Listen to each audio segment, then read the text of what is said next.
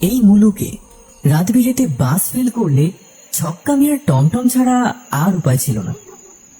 ঝড় হোক, বৃষ্টি হোক, মহাপ্রলয় হোক, রাতের বেলা ভীমপুর গদাইতলা 10 মাইল পিচের সড়কে যদি কষ্ট করে একটু দাঁড়িয়ে থাকা যায়, ছক্কা মিয়ার টমটমের দেখা মিলবেই মিলবে। অন্ধকার ঝড় বৃষ্টির মধ্যে প্রথমে ঠাউর হবে এক চিলতে আলো, তারপর আলোটা এগিয়ে আসবে আর এগিয়ে আসবে। মেঘের ডাকাডাকি যতই থাক, কানে বাজবে অদ্ভুত এক আওয়াজ, টং লং টং লং টং। বিদ্যুতের আলোয় হঠাৎ চোখে পড়বে কালো এক এক্কা গাড়ি। তেরপলের চৌকা একটা টোপর চাপানো, সামনে কালো এক মূর্তি আর নড়বড়ে করে দৌড়ানো এক টাট্টু। মুখে কিছু বলার দরকার নেই, ছক্কা মিয়ার টমটম সবারই দেখা মাত্রই থেমে যাবে। তখন এক লাফেতে পেছনে তেরপল সরিয়ে চৌকা টোপরে ঢুকলেই নিশ্চিন্ত। আবার টলতে টলতে চলতে থাকবে ছক্কা মিয়ার টমটম। টমটম কথাটা এসেছে ইংরেজি শব্দ ট্যান্ডাম থেকে, যে গাড়ির সামনে কয়েক ষাঁড় ঘোড়া যেত। কিন্তু ভীমপুরের ছক্কা মিয়ার এক্কা গাড়ির ঘোড়া মোটে এক, তবু আদর করে লোকে নাম দিয়েছিল টমটম।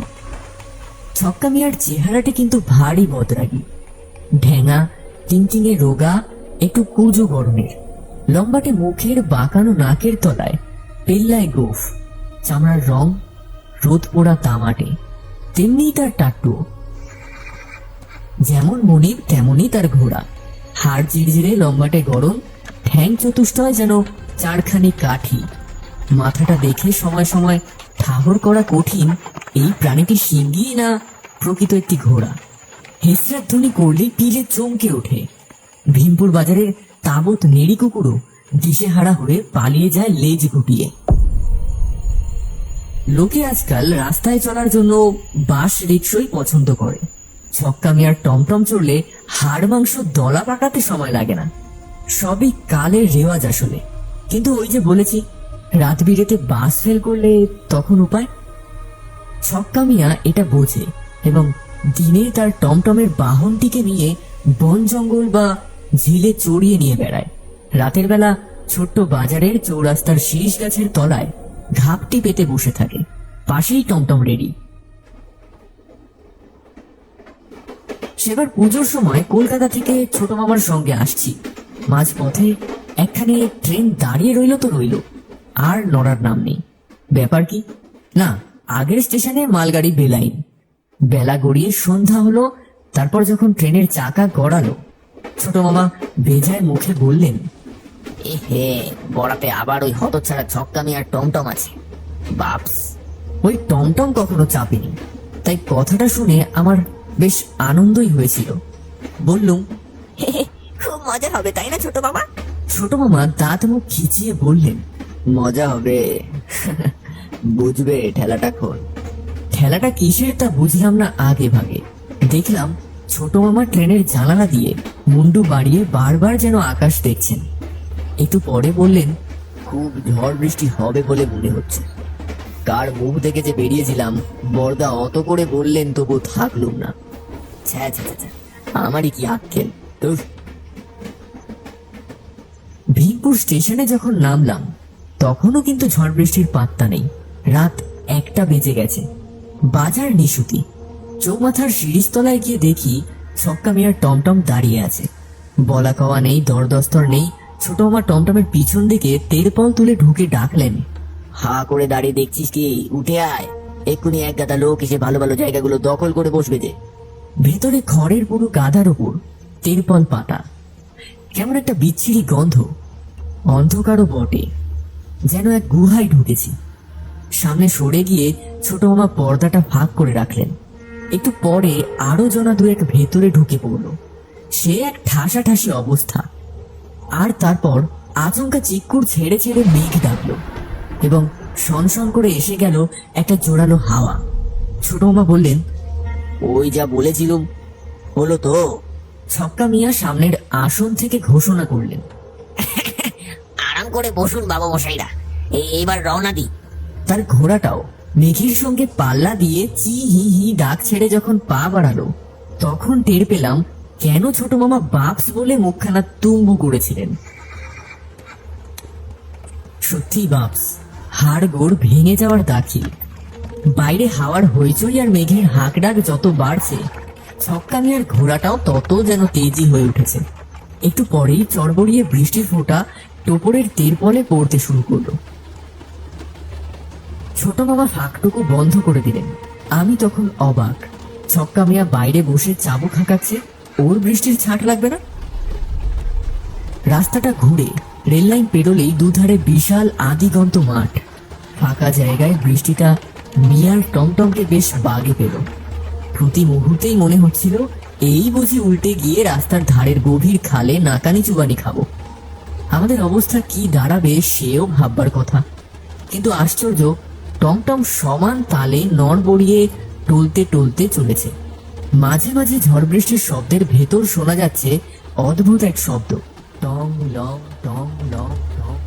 কখনো ছক্কা মিয়ার টাট্টু ঘোড়া বিকট চি হি হি শব্দে চেঁচিয়ে উঠছে। তারিফ করে আমার পেছন থেকে এক সওয়ারি বলে উঠলেন, পক্ষীরাজের বাচ্চা। এতক্ষণে তেরপলের টোপর থেকে ফুটো দিয়ে জল জোয়াতে থাকলো। সওয়ারিরা নড়ে চড়ে বসার চেষ্টা করছিল, কিন্তু সরবে কোথায়? বৃহত্ত ভিজে সপসপে হয়ে যাচ্ছিল জামা কাপড়। একসময় ছোট মামা হঠাৎ বাজ খায় চেঁচিয়ে বললেন, হচ্ছে কি মশাই, আমার ওপর পড়ছেন কেন? আপনার ওপর আমি পড়লো না, আপনি আমার ওপর পড়লেন? কি বাজে কথা বলছেন? আমায় ঠান্ডা করে দিয়ে আবার তক্ক। আপনি মানুষ না বরফ? আমি বরফ? আপনি তো বরফ। ইস, কি ঠান্ডা, হাড় অব্দি জমে গেল দেখছি। আমার পিছনের সওয়ারি চাপা খিক করে হেসে আমার কানের উপর বলল, ঝগড়া বেঁধে গেছে, বরাবর যায়, বুঝলেন তো মশাই? ছক্কা মিয়ার টমটমের এই নিয়ম। এমন বিদঘুটে হাসি কখনো শুনিনি, কিন্তু এর শ্বাস প্রশ্বাসও যে বরফের মতো ঠান্ডা। বললুম, ইস, একটু সরে বসুন, বড্ড ঠান্ডা করে যে। লোকটা ভারী অদ্ভুত। সে ওই বিদ্যুটে খিক করে হাসতে হাসতে আরো যেন ঠেসে ধরলো আমাকে। চেঁচিয়ে উঠলাম, ছোট মামা, ছোট মামা। কিন্তু ছোট মামার কোনো সাড়া পেলাম না। টোপরের ভেতরটা যেন ঘন অন্ধকার। ফের ডাকলুম, ছোট মামা, কোথায় তুমি? লোকটা সেই খিক হাসির মধ্যে বলল, আর ছোট মামা, বড় মামা, মামারা এখন রাস্তায় পড়ে কুস্তি করছে। হতভম্ব হয়ে হাত বাড়িয়ে ছোট মামাকে খুঁজলাম। সুটকেসটা হাতে ঠেকলো, কিন্তু সত্যি ছোট মামা নেই। তারপর পেছনের দিকে চোখ পড়ল। ওদিককার পর্দাটা যেন ফর্দা ফাই, বৃষ্টির ছাট এসে ঢুকছে। আমি প্রচন্ড চেঁচিয়ে বললাম, ছক্কা মিয়া, গাড়ি থামাও, গাড়ি থামাও বলছি। পেছনের সওয়ারি ফের সেই বিদঘুটে হাসি হেসে উঠল।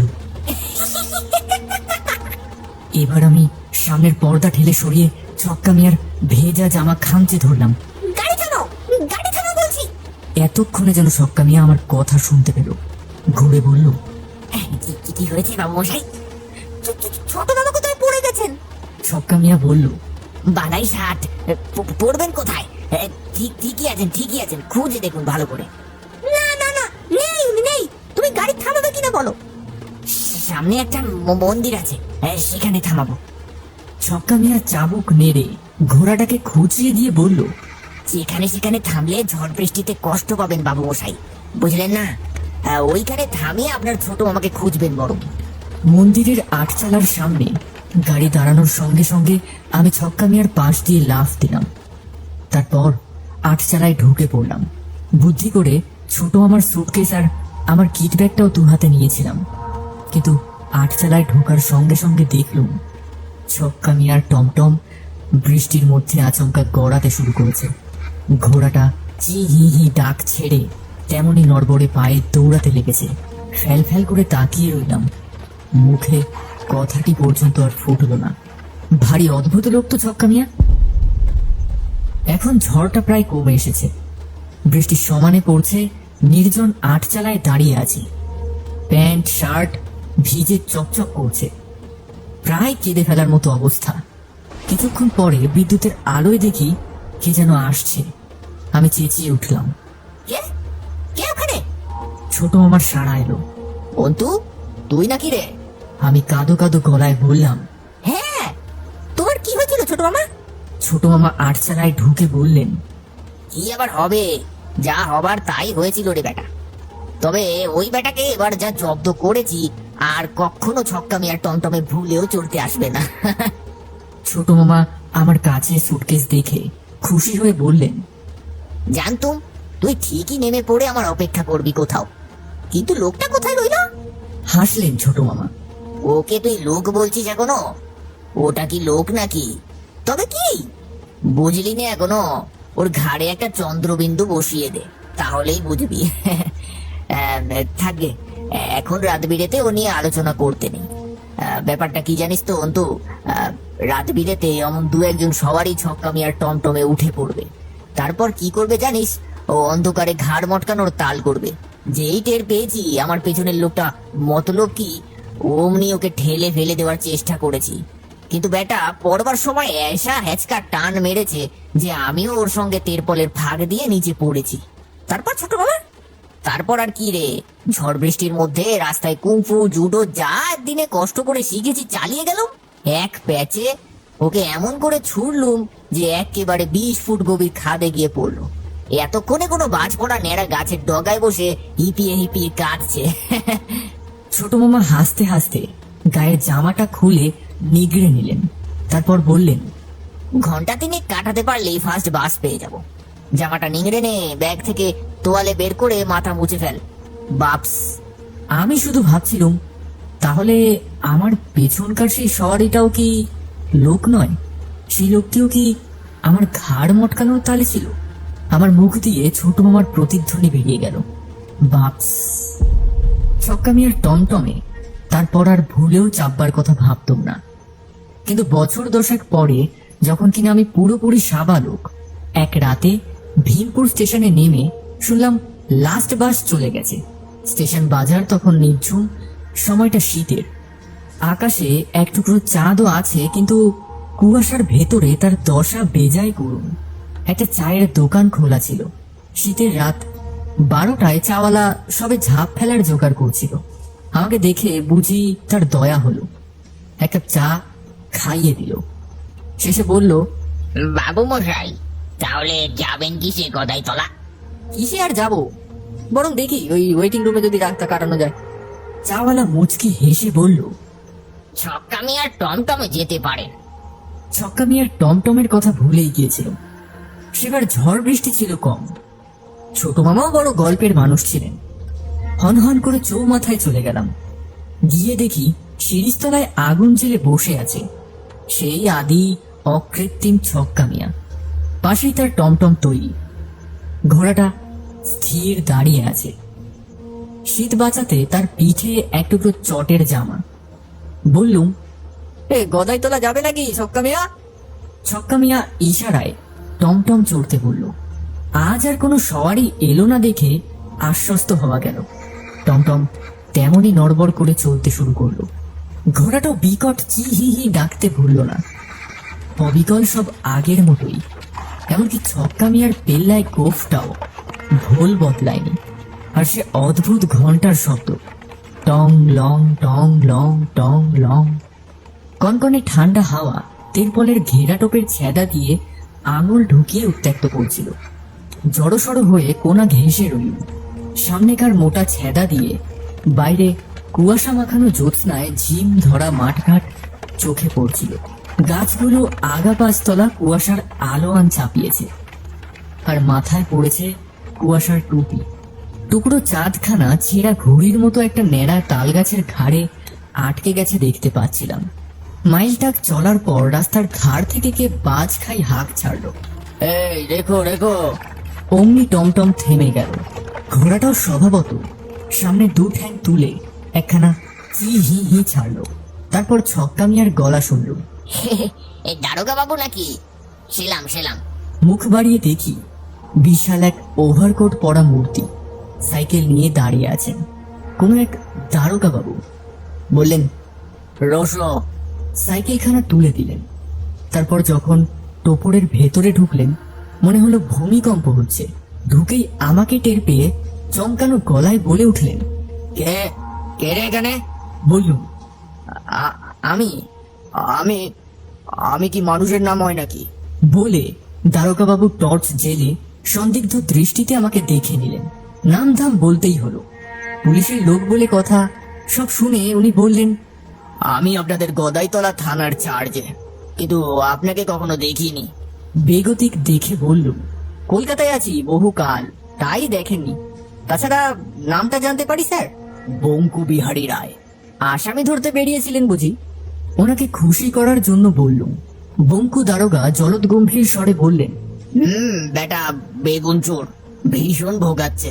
আজ একটা বেগুন খেতে দুজন সিপাই দিয়ে ওত পেতেছিল, তারা খেয়ে শটান একটা তাল গাছের ডগায় গিয়ে উঠলো, তাকে আর নামাতে পারলুম না। তখন সিপাই দুজনকে তাল গাছের গোড়ায় বসিয়ে রেখে এলুম। আস্তে আস্তে হঠাৎ সাইকেলের বেয়াদবি।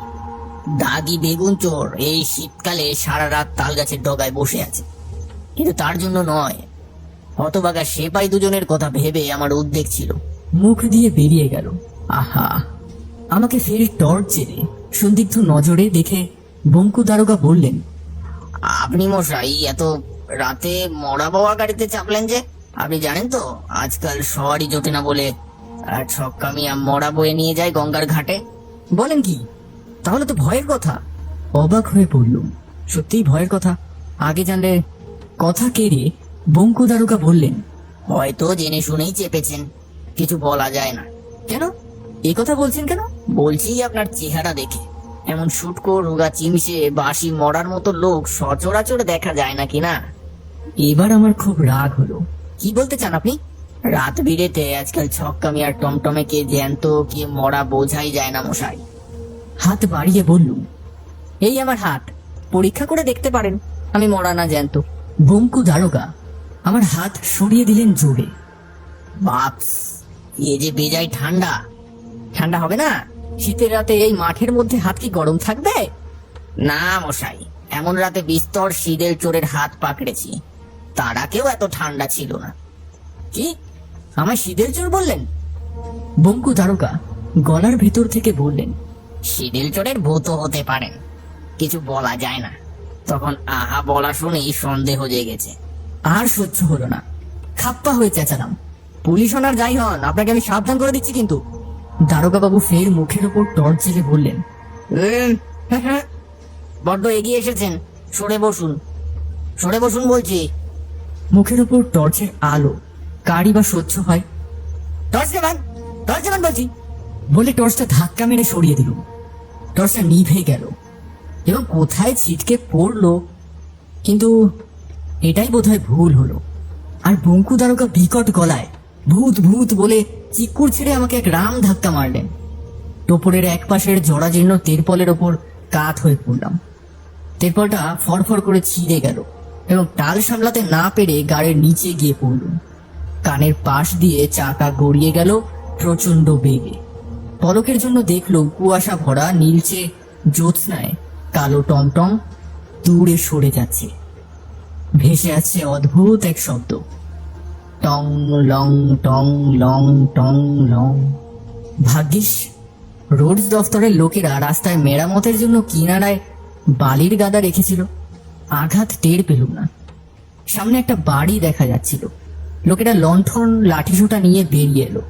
তখন ঘটনাটা তাদেরকে আগাগোড়া বলতে হলো, কিন্তু সব শুনে ওরা আমার দিকে হা করে তাকিয়ে রইল। একজন বলল, আগে বলছেন বাবু, চক্কা মিয়ার টমটম পেলেন কোথায়? কাল ভীমপুরের কাছে একটা ট্রাকের ধাক্কায় ছক্কা মিয়া আর তার ঘোড়া মারা গেছে যে। ভাগ্যিস টমটমে একটা মরা ছিল শুধু, সঙ্গে লোকেরা বাঁশে চেপে গঙ্গার ধারে গিয়েছিল। কিন্তু অবাক কাণ্ড দেখুন, মরাটা একেবারে আস্ত ছিল, তুলে নিয়ে গিয়ে ভালো করে জিতায় তুলতে পেরেছে। বঙ্কু দারোগার ওপর সব রাগ সঙ্গে সঙ্গে ঘুরছে গেল। বরং উনি আমাকে বাঁচিয়েই দিয়েছেন দেখা যাচ্ছে, কিন্তু ওর নিজের ভাগ্যে কি ঘটলো কে জানে। আহা বেচারা, কি ঘটলো তা পরের দিন শুনলাম। বঙ্কুবাবু তখন হাসপাতালে। লোকে বলছে আসামি ধরতে গিয়ে সাইকেল থেকে পড়ে কোমরের হাড় ভেঙেছে। সাইকেল অক্ষত নেই, কিন্তু আসল ব্যাপারটা তো আমি জানি। তবে যাই হোক, আমার উপর যেটুকু ফাড়া গেছে তার জন্য দায়ী স্টেশন বাজারে সেই ধরিবার চাওয়ালা। ছক্কা মিয়া টমটমে যেতে পারেন, সব জেনে শুনেও কি অদ্ভুত রসিকতা। অবশ্য এমনও হতে পারে সে বলেছিল ছক্কা মিয়ার টমটমেও যেতে পারেন। আমি হয়তো ভুল শুনেছিলাম। ক্রিয়াপদের গোলমাল স্রেফ।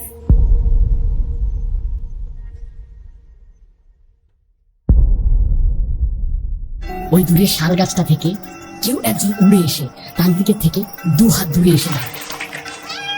কে তুই? এখানে কি করছিস?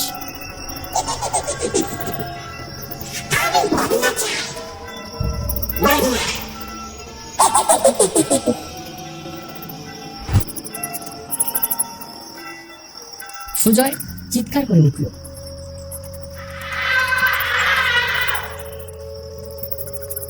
ওর চিৎকার শুনে ওর বাবা মা ছাদের উপর থেকে ওই পুকুরের দিকে তাকিয়ে দেখলো পুকুরে তো কেউ নেই। ওনারা সুজয়কে এরপর ঘরে নিয়ে যায়। এই পুকুরটার একটা কোটা আছে। প্রত্যেক বছর একটা করে প্রাণীকে সে নিজের দিকে টানবেই, সে মানুষ হোক কিংবা পশু। লোকমুখে প্রচলিত আছে ওই পুকুরটা যেদিন কাটা হয়েছিল তখন 1990 সাল। চারিদিক জঙ্গল আর জঙ্গল, খুন খারাপি লেগেই থাকতো। এই পুকুরের নিচে এক পাগলি বুড়িকে খুন করে পুঁতি রাখা হয়েছিল। শুধু পাগলি বুড়ি নয়, আরো অনেক লোকের দেহ পুঁতি রাখা হয়েছিল। কিন্তু ওই পাগলি বুড়ি কারোর ক্ষতি কোনোদিন করত না। সেই পাগলি বুড়িকে অনেকেই দেখেছে, তবে ওই পাগলি বুড়ি যাকে তাকে দেখা দেয় না। যখন কারোর খুব খারাপ সময় থাকে কিংবা যখন কারোর ভালো সময় আসে তখনই দেখা পাওয়া যায় ওই বুড়ি। সুজয়ের বাবা ফিসফিস করে সুজয়ের মাকে বলল, শুনছো? না জানি আমার ছেলে কেন দেখতে পেল ওই বুড়িকে। কি জানি বাবা, আজকাল গভীর রাতে কুকুরগুলো ডাকতে থাকে প্রচন্ড। এই পুকুরের সামনে গোল হয়ে দাঁড়িয়ে। রাত অনেক হলো, শুয়ে পড়ো তুমি। তুমি যাও, আমি আসছি। ফিসফিসে উত্তর দিল সুজয়ের মা। হ্যালো, টিম আধার আড্ডা থেকে বলছিলাম, আমি বাথুন রায়। আমাদের ইতিমধ্যে একজন মহিলা চরিত্র বা নারী চরিত্র খুবই প্রয়োজন। আপনারা যদি আমাদের গল্প শুনে একজন শ্রোতা থেকে গল্প পাঠে আমাদের সহযোগিতা করতে চান তাহলে অবশ্যই ইমেল করবেন। নিচে ইমেল আইডি দেওয়া রয়েছে বা আমাদের হোয়াটসঅ্যাপ নাম্বার দেওয়া রয়েছে। আমাদের খুবই প্রয়োজন একজন মহিলা বা নারী চরিত্র, যার কারণে আমাদের নিজেদেরই এমন ভাবে করতে হচ্ছে। সো বাকি কথা হোয়াটসঅ্যাপ বা ইমেইলে অফিসিয়াল ভাবে বলা যাবে। তো চলো গল্পে ফিরে যাওয়া যাক। পুকুরটা একেবারে শান্ত। এই পুকুরের কাছে অনেকেই অনেক কিছু দেখেছে, কিন্তু সেই সব অলৌকিক জিনিস কারোর কোনো ক্ষতি করেনি। হঠাৎ এই শান্ত পুকুরটা প্রচন্ড ক্ষিপ্ত হয়ে উঠল। 1 মাসের ভিতর কিভাবে যে এত ক্ষিপ্ত হলো পুকুরটা, সেই কারণ বড্ড অজানা সকলে। তবে আজকাল ওই পুকুরটার আশেপাশে কারো বাড়িতে সদ্যজাত পুত্র সন্তান জন্ম নিলেই সেই সন্তান যে কিভাবে নিখোঁজ হয়ে যায় তা বোঝা বড় দায়। শুধু কি তাই, আশেপাশে যত বাড়িঘর ছিল সেই বাড়িঘরগুলো থেকে মুরগি ছাগল অদ্ভুতভাবে নিখোঁজ হতে শুরু করলো। কিন্তু কোথায় যে যায় তা ক্রমশ রহস্য হতে থাকলো। এর পিছনে যে অলৌকিক ঘটনা জড়িয়ে আছে সেটাকে বিশ্বাস না করে এটাকে চোরের কারসাজি বলে ব্যাপারটা উড়িয়ে দিল সকলে। কিন্তু কিছু শেষে যখন চুরির পরিমাণ বেড়েই চলল তখন শেষমেশ গ্রামবাসীরা মিলে ঠিক করলো তারা পাহারা বসাবে। কথা মতো 2 জন পাহারাদার নিযুক্ত করা হলো। তাদেরকে গ্রামবাসীরা চাঁদা বাবদ প্রত্যেক মাসের শেষে কিছু নগদ অর্থ দেবে এবং বিনিময়ে তারা পাহারা দেবে। বেশ ভালো। এই পাহারাদার নিযুক্ত করার পর গ্রামের ছাগল মুরগি 2 দিন মতো চুরি হওয়া বন্ধ হয়ে গেল। কিন্তু 3য় দিন থেকে আবারও চুরির পরিমাণ বেড়ে যায়। এবার শুধু চুরি না, সাথে প্রত্যেকটা বাড়িতে ইট পাথরের টুকরো পড়া আরম্ভ হলো। আর যে পাথরগুলো পড়তো সেগুলো কিন্তু সকালবেলা হয়ে গেলে খুঁজে পাওয়া যেত না। কিন্তু আশ্চর্যের বিষয় হলো এটাই যে যেদিন থেকে পাথরের উপদ্রব শুরু হয়েছিল তার পরের দিন থেকেই ওই পুকুর পাড়ের আশেপাশে অনেক বড় বড় পাথরের খোয়া পড়ে থাকতে দেখা গেল।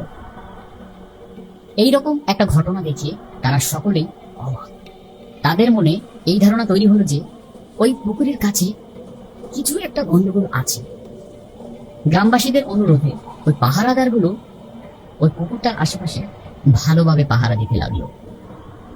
সামনে সুজয়দের বাড়ি, সেখান থেকে রাতের খাবারও দিয়ে যায় ওই পাহারাদারদের। গরমকালের রাত, লোকজন প্রায় চেতনায় থাকে। আবার তার মধ্যে যাদের বাড়িতে খামার রয়েছে তাদের তো দুশ্চিন্তাতে ঘুমই হয় না ঠিকঠাক। দিনটা ছিল বুধবার। দুটো থালায় ভাত, ডাল, এঁচড়ের তরকারি আর বকফুলের বড়ায় পেট পুরে খেলো ওই পাহারাদারগুলো। ওই পুকুরের সামনে একটা মাঠ আছে, সেখানেই তাদের নৈশভোজ সারলো। তারপর অমিত বলে উঠল, যা তো রতন, থালা দুটো দিয়ে আয় সুজাদের বাড়িতে, আমি ততক্ষণে হাত পা ধুয়ে নি। রতন থালা দুটো দিয়ে এসে ওই পুকুর পাড়ের কাছে গিয়ে যা দেখলো তাতে রতনের পিয়ে চুলটে গেল। রতন দেখলো অমিতকে 4 থেকে 5 জন মোটা কালো কুৎসিত পেটে মানুষ জাপটে ধরে জলের মাঝখানে নিয়ে গেছে। চাঁদের আলোয় তাদের মুখের গঠন না দেখা গেলেও ওরা 4-5 জন ছিল, তা রতন বুঝতে পারল। রতন একটা চিৎকার দিয়ে বলে ওঠে। ওর চিৎকার শুনে আশেপাশের বাড়ির লোকেরা সপাটে দৌড়ে আসে এদিকে। তারাও দেখল ওই দৃশ্য। পরের দিন সকালে অমিতের লাশ ভেসে ওঠে। গ্রামবাসীরা তো জলে নামতে পর্যন্ত ভয় পাচ্ছিল। কয়েকজন সাহস করে জলে নেমে সে লাশ নিয়ে আসে। এই খবরটা ধীরে ধীরে পুরো গ্রামে ছড়িয়ে পড়ল। আশেপাশে গ্রাম থেকে লোকজনেরা এসে ওই পুকুরটাকে দেখতে লাগলো। কয়েকজন এই বাকি ঘটনাগুলোর জন্য পুকুরটাকে দায়ী করল। তাদের মতে এই পুরো ঘটনার পিছনে পুকুরটার কিছু যোগসূত্র আছে। কিন্তু এটা তো অলৌকিক কাজ, যার অলৌকিক ক্ষমতা আছে সেই পারবে সমাধান করতে। অনেক তান্ত্রিক, ওঝা, সন্ন্যাসীদেরকে বলা হলো এর সমাধানের জন্য, কিন্তু তারা কেউ রাজি হলেন না। শেষমেশ এক তান্ত্রিক রাজি হলেন। তিনি বললেন তাকে যদি মোটা অঙ্কের টাকা দেওয়া হয় তবে সে কাজটা করে দেবে। ইতিমধ্যে খবর এলো রতন নাকি মারা গেছে। কয়েকদিন জ্বরে ভুগছিল, জ্বরের ঘোরে ভুলভাল ভুগছিল। তারপর একসময় সে মারা যায়। বেচারা, এই ব্যাপারটা গ্রামবাসীরা বড্ড মর্মাহত হয়। তাই ওই তান্ত্রিককে অনুরোধ করে দ্রুত এই পুকুর থেকে অলৌকিক শক্তি তাড়ানোর কাজ শুরু করতে। তান্ত্রিক দিনক্ষণ দেখে মঙ্গলবার রাতটাকে বেছে নেয়। ভর আমাবস্যা ছিল সেদিন। রাত 11টা থেকে শুরু হয় যজ্ঞ। তান্ত্রিক একটা গন্ডি কেটে দেয় তার পাশে। ওই গন্ডি দেখিয়ে বলে, এর ভেতরে কেউ যেন না আসে। যত সময় যজ্ঞ চলবে সবাই খুব সাবধান। এরপর তান্ত্রিক তার কাজকর্ম শুরু করে দেয়। বেশ কিছুক্ষণ মন্ত্রপাঠ করে তান্ত্রিক।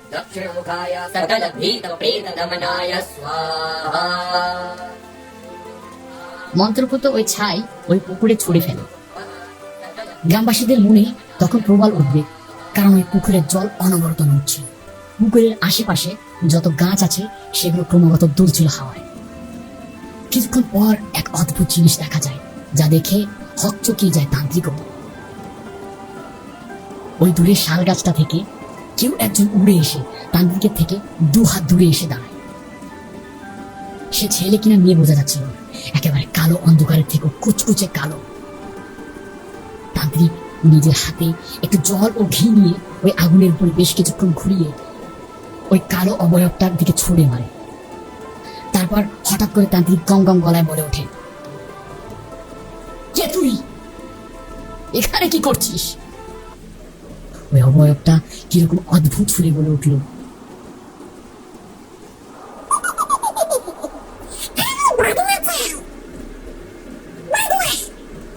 তান্ত্রিক প্রশ্ন করে বলে, বদলা?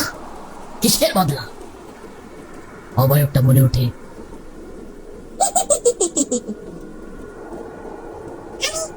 আমি বিদ্যুতের বস ফুপিয়ে শেষ করে দিতে চাই। কে তুই? কেন মারতে চাস ওকে? অবলোকটি বল। ভয় পাস আমাকে? বেশি ছাড়লাস না, আসল কথায় আয়। আমি এতকাল ধরে পুকুরে পড়ে আছি, কারোর কোনো ক্ষতি করিনি, কিন্তু কিন্তু কিন্তু এই সুপ্রিয়া কি নিচু মানসিকতায়। একে হয় তোর শাস্তি দে, নাহলে ওকে আমার কাছে দিয়ে দে। কেন, কি করেছে সুপ্রিয়া তোকে? তান্ত্রিক উঁচু গলায় শুধায়। ও ভর দুপুর বেলায় কয়েকদিন আগে সৈকতদের বাড়ি যায়। সৈকতের বাবা, সৈকতের বাবা সৈকত কেউই ঘরে ছিল না। সৈকত স্কুলে গিয়েছিল। সৈকতের মা গিয়েছিল জল আনতে, আর সৈকতের বাবা কাজে। সৈকতের মায়ের সাথে একটু ভাব ছিল সুপ্রিয়া, আর সৈকতের সত্য একটা বন্ধু হয়েছে। সৈকতের বাড়িতে গিয়ে কাউকে না দেখে সুপ্রিয়া সৈকতের বোনের সাথে খেলতে থাকে। বলে নিয়ে ওইটুকু ছোট মেয়েটাকে নিয়ে কি নাচন কদন। কিন্তু হঠাৎ হাত ফসকে মাটিতে পড়ে যায় সৈকতের বোন। এদিকে এদিকে সৈকতের ভাও ঘরের দিকে আসতে থাকে। ওই বাচ্চা মেয়েটার মধ্যে কোনো হেলদোল না দেখে অপরাধের ভয়ে ওই ছোট মেয়েটাকে ভর দুপুরে নিয়ে আসে পুকুর পাড়ে। বাচ্চাটাকে নিয়ে পুকুরের শেষ প্রান্তে গিয়ে ভাসিয়ে দেয় একটা ড্রামের মধ্যে করে, আর ড্রামটার হাতে ইট বোঝাই করা কয়েকটা বস্তা দিয়ে বেঁধে দেয়। ছি, বিবেকেও বাঁধেনি। একে হয় তোরা শাস্তি দে, নাহলে ওকে আমার কাছে দিয়ে দে। ও দাদা, দাদা কি হলো? ও দাদা, এই শরবত দেবেন নাকি? একেবারে ধর্মর করে উঠলাম। আসলে কানে হেডফোন দিয়ে মোবাইলে গল্প টাইপ করে লিখছিলাম। মামা বাড়ি যাচ্ছিলাম ট্রেনে করে, তো কে ডাকছিল আমাকে। আমি জানালার বাইরে তাকালাম, দেখি এক আম পোড়া শরবত বিক্রেতা সাথে কিছু আমড়া আর পেয়ারা নিয়ে উঠেছিল। আমি তো ভয় পেয়ে গেছিলাম। আমার শরবত লাগবে না বলে আমি ট্রেনের জানলাটা বন্ধ করে আবারও কানে হেডফোন দিয়ে গল্প লেখায় মন দিলাম।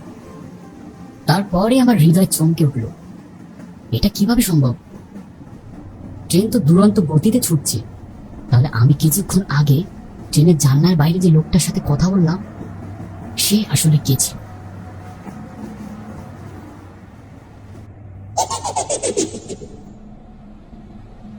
আমি বদলা চাই।